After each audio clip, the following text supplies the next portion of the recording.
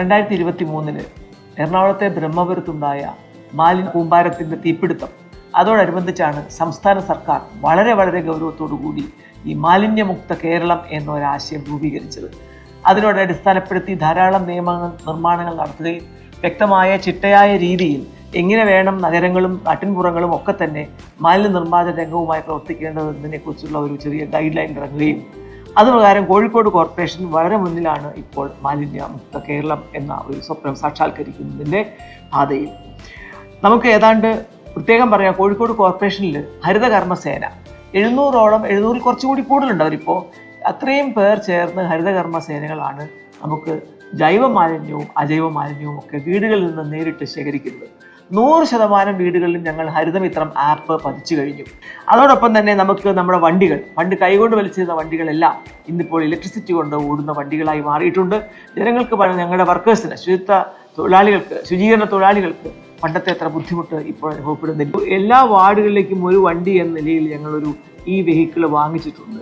അതുകൊണ്ട് ജൈവമാലിന്യ ശേഖരണം, അതുപോലെ തന്നെ അജൈവ മാലിന്യ ശേഖരണം, ഇതിനൊക്കെ തന്നെ പണ്ടത്തെ പോലെ ആൾക്കാർക്ക് വലിച്ചു കൊണ്ടുപോകേണ്ട ആവശ്യം വരുന്നില്ല. ചെറിയ ഇടവഴികളിൽ പോകുന്ന ഈ വണ്ടികൾ അവിടെ നിന്ന് മാലിന്യം കളക്ട് ചെയ്തുകൊണ്ട് ചെറിയ 5, 6, 10 വീട്ടിലെ മാലിന്യം ഒരു ഭാഗത്ത് നിന്ന് ശേഖരിച്ചുകൊണ്ട് ആ വണ്ടികൾ കോഴിക്കോട് കോർപ്പറേഷൻ്റെ തലങ്ങും വിലങ്ങും ഓടുന്നുണ്ട് ഇപ്പോൾ.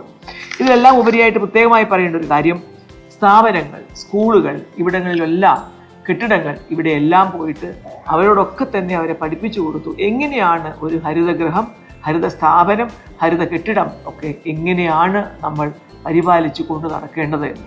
അതിൻ്റെ അടിസ്ഥാനത്തിൽ ഇതുപോലെ എല്ലാവർക്കും ബോധവൽക്കരണം കൊടുത്ത ശേഷം ഞങ്ങൾ അവിടെ പോയി ഇൻസ്പെക്ട് ചെയ്യുകയും അതിൽ മിക്കവാറും പല സ്ഥാപനങ്ങൾ 100% സ്ഥാപനങ്ങൾ എന്തിൽ വന്നു, ഇതുപോലെയുള്ള ഓഫീസുകൾ, അതൊക്കെ തന്നെ 100% ഹരിതങ്ങളായി മാറിയപ്പോൾ അതുപോലെ എല്ലാ കോളേജുകൾ, നമ്മൾ ഉദ്ദേശിച്ച കോളേജുകളൊക്കെ തന്നെ 100% പിന്നെ മാലിന്യമുക്ത ക്യാമ്പസുകൾ ഉണ്ടാക്കാൻ അവർക്ക് സാധിച്ചു. ഹരിത സ്ഥാപനങ്ങൾ അല്ലെങ്കിൽ ഹരിത വിദ്യാലയം, ഹരിത ഗൃഹം എന്നുള്ള അവസ്ഥയിലേക്ക് മാറിക്കഴിഞ്ഞു.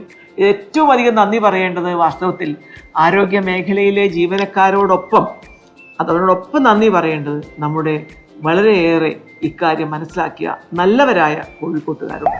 മാലിന്യമുക്ത കോഴിക്കോടിനായി നമുക്ക് അണിചേരാം. അഴക് 7 അഴകിലേക്ക് കോഴിക്കോട്.